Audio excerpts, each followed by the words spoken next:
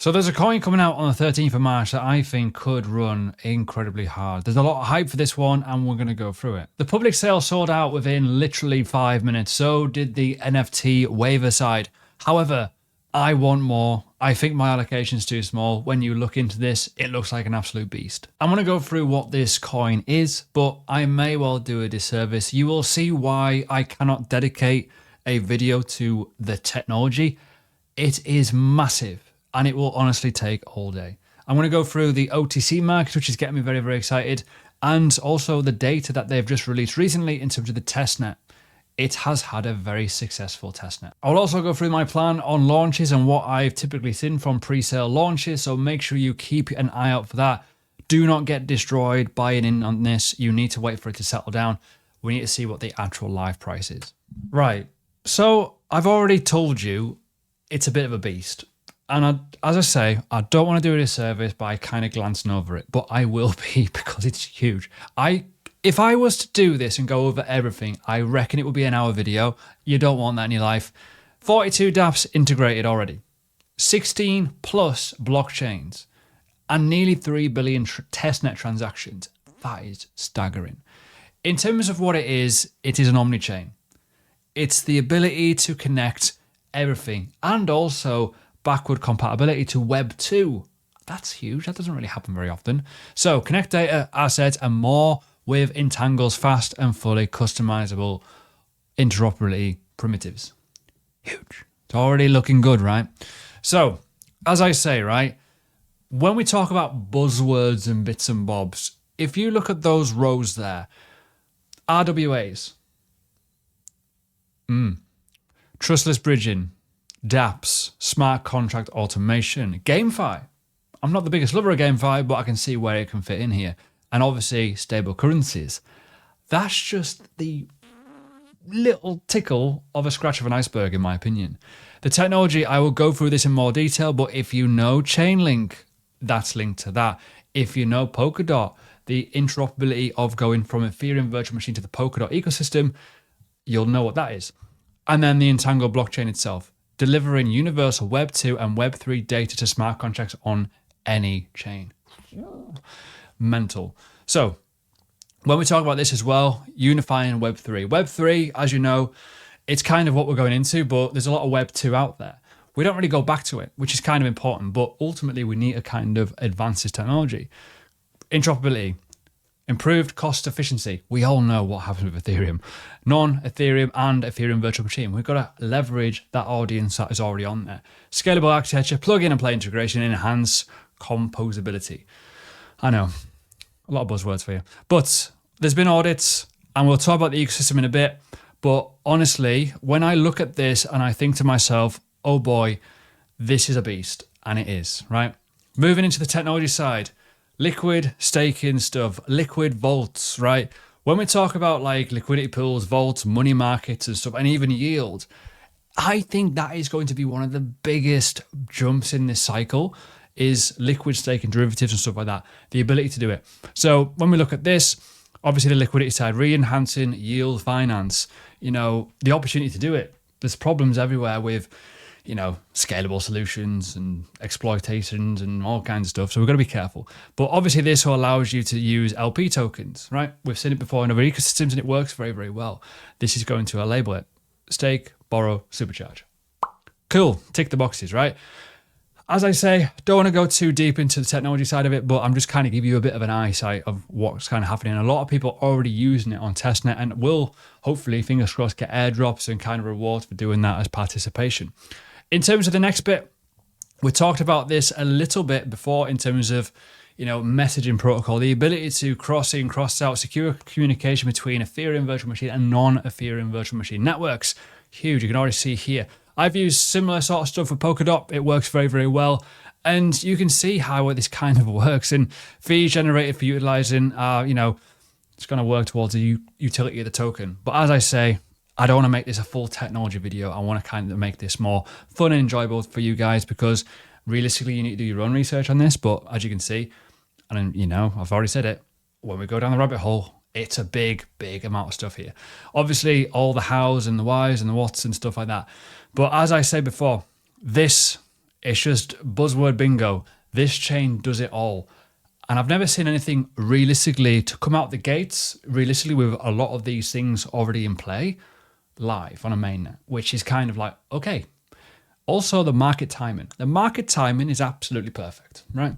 Moving on to the most obvious part is Chainlink sort of vibes, realistically. Custom price fees. I love the look of these, by the way. That just looks so nice. But obviously, oracles and information and data is a huge factor in crypto and how it works. We all know that Chainlink is massively loved. Personally, love it or hate it, I think Chainlink's here to stay, but I've never really been one to invest in it. But a chain that to do a part of that is pretty important, considering all the other stuff that I've just covered is a primary element to it. So this is pretty big as well. However, thus been said, you can see this in terms of why this would be important. Why would it be important, Ash? Well, what I've just covered, lending, staking, borrowing, all that kind of liquid staking stuff, exchanges, GameFi, all that information, well, why not do it all itself? Well, makes sense, right? Huge. But people got very excited the other day when this dropped. Yesterday, I saw this in my Patreon and went, oh, give me the tissues. No, I'm only joking. But you get the idea, right? I want to explain some data and information now. This is where it gets a bit more fun for you guys. Okay, let's talk about it. This bit is huge. Let me pick out some things. There's been over 55 established partnerships already created. 55 already. It's not even live yet, right? When we talk about the testnet data, this is absolute boggling. Look at the amount of executions. Look at the integrations of projects already. Look at how many users, 190,000 users. And the token design is all at the front of this, right? Utility of that. Absolute monstrous. In terms of when it's coming out and stuff, obviously the 13th of March. And this is kind of what's happening. The maximum supply, the initial liquidity, etc. How it's going to be released. Yeah, cool. But this is kind of giving you an idea of what's going to be happening. It'll be released under the, not going to lie to NGL, but initial market cap, the total supply, all that kind of stuff. And the reserve, 36 months. Okay, pretty important. This is the total supply in terms of the breakdown. Obviously, I'm glancing through this so you can see it. But realistically, it's all right. Airdrop. There's an airdrop, boys and girls. So make sure you're participating in certain things. You may well get some free monies, which is huge. And also staking rewards as well, massive. In terms of the allocation, that's kind of where that's going. Community and liquidity, huge. That'll be the staking side of it as well, massive. And the vesting schedule, it's all here. It's all here, all easy for you to find out.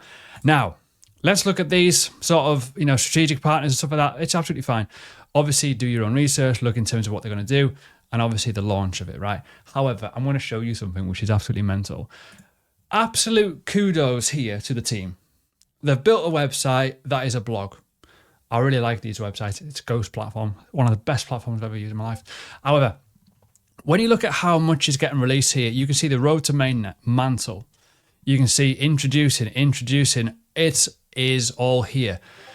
If you've got like a couple of hours in your day, you can go through this, read up, and get absolutely hugely invested in it. This is why I say to you guys, this video could be like a 2-hour video easily, right? Absolutely crazy. But I'm going to break down some parts of it, right?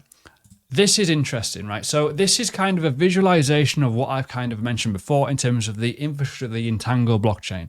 Basic elements of it in terms of how it all works, right? That's kind of the simple part.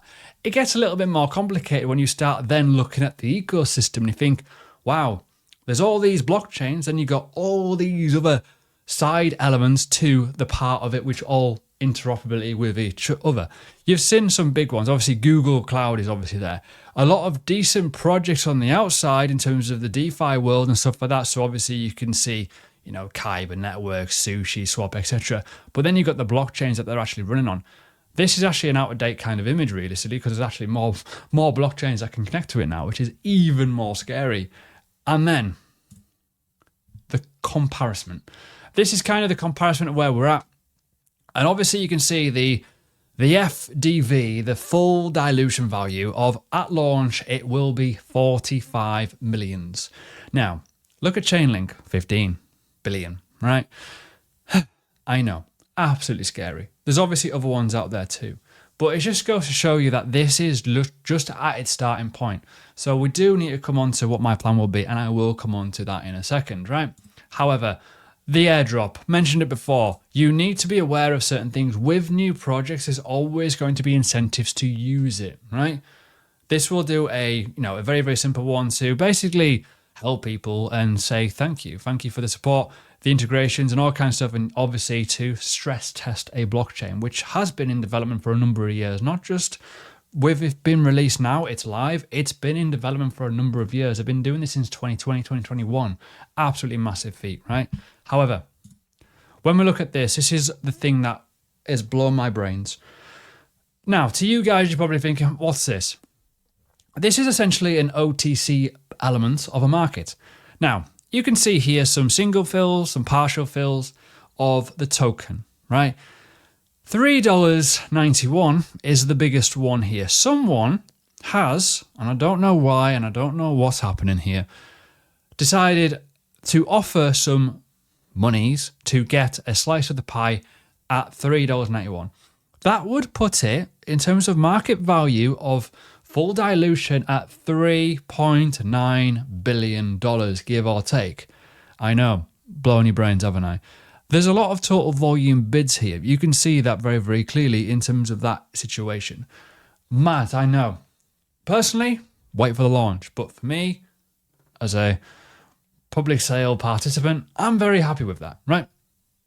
In terms of the other data that we need to talk about, the information that I've got in terms of simple lines before I go on to it is they've got a huge following. Already 152,000 followers on X. They've got other ones. But one thing as well, their Discord is ridiculous. 127,000 members in it. As I've said before, 190,000 participants in their testnet. That's staggering, right? So in terms of a token launch, you're probably wondering, Ash, what the hell do I do? Well, personally, I would wait. I want to buy more. I'm not massively happy that I can't get huge amounts. As I said, the public sale sold out very, very quickly. It sold out massively quickly, and you couldn't really get that much, right? However, that's been said, I will be looking to buy. It is going to be on tier 1 exchanges, a lot of them as well, Bybit as an example. But I will wait for it to settle. What tends to happen in this sort of situation is there's a massive influx of interest and hype, and it will just be very, very volatile, but it will settle down. However, it's up to you what you want to do. Personally, I'll be waiting. If it carries on going and going and going and I miss it, shit happens, right, realistically. But I will want to try and get a bit more. But that being said, you must do your research. This is not financial advice in any way. This is a new asset coming out. A lot of my audience are looking for new assets to come out. This is one of them. This is probably one of the biggest ones we're probably going to get this year by far. And as I said, right, if you go down the website and look at all the functionality, obviously the docs, and I've said it before, this is just ridiculous in terms of the architecture and in terms of what information's here. You will be on this website for a good couple of days doing your research. So please, you need to give it that time to do it. I've been looking at this for ages. If you've been following me on Twitter, you know I've been talking about this. However, it is hyped. Be careful. But that being said, though, we're at the start of a bull market. Stuff like this that comes out tends to do pretty well. Market timing is huge for launches, right? Anyways, I hope you enjoyed. If you're new, please do leave a like. If you want to see more projects and more roundups and deep dives, whatever, let me know. And check out this, probably this side actually, this video that will help you understand the markets a bit more.